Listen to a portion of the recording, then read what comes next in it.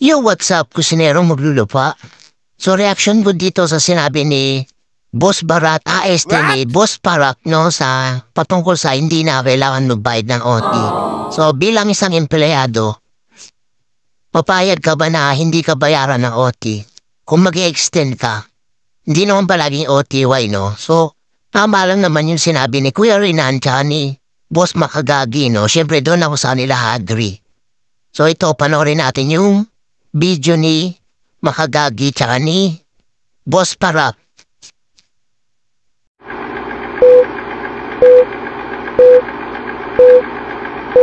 Ang ipinaglalaban po nitong tao na po, yung hindi na daw kay para magbayad ng OT, yung mga employer sa mga empleyado. Unang salita pa lang, no? Katakantaduhan na po agad. Kasi papaano pa hindi magbabayad sa empleyado mo ng OT? Una sa lahat, sino ang papayag na gumawa niyan? Sa isang banda, mga kahomrego, maraming ang papayag sa part na yan. Kasi una sa lahat, sobrang kawawa ang mga Pilipino, alam nyo naman. So everybody's in need. Lalo na ngayon at Vermont.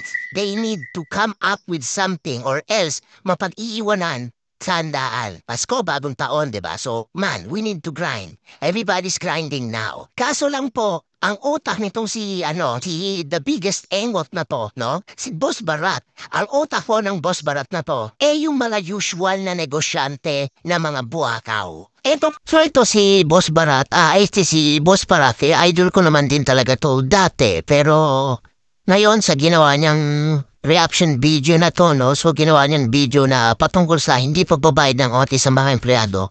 So, disagree ako dun. So, bilang ikaw, negosyante ka, so hindi ka pala marunong magbayad ng overtime. Buti tumatagal sa mga tao mo, Boss Barata, Boss Parak, no? Huwag ganon. Kapabor lang talaga din sa iyong kapwa mo negosyante sa sinasabi mong yan. Boss Barat, Boss Parak. Maraming didisagree sa inyan. So hindi agree yung mga tulad ko na empleyado sa hindi pagbabayad ng overtime. Tandaan mo yan, Boss Barat. Boss Parak.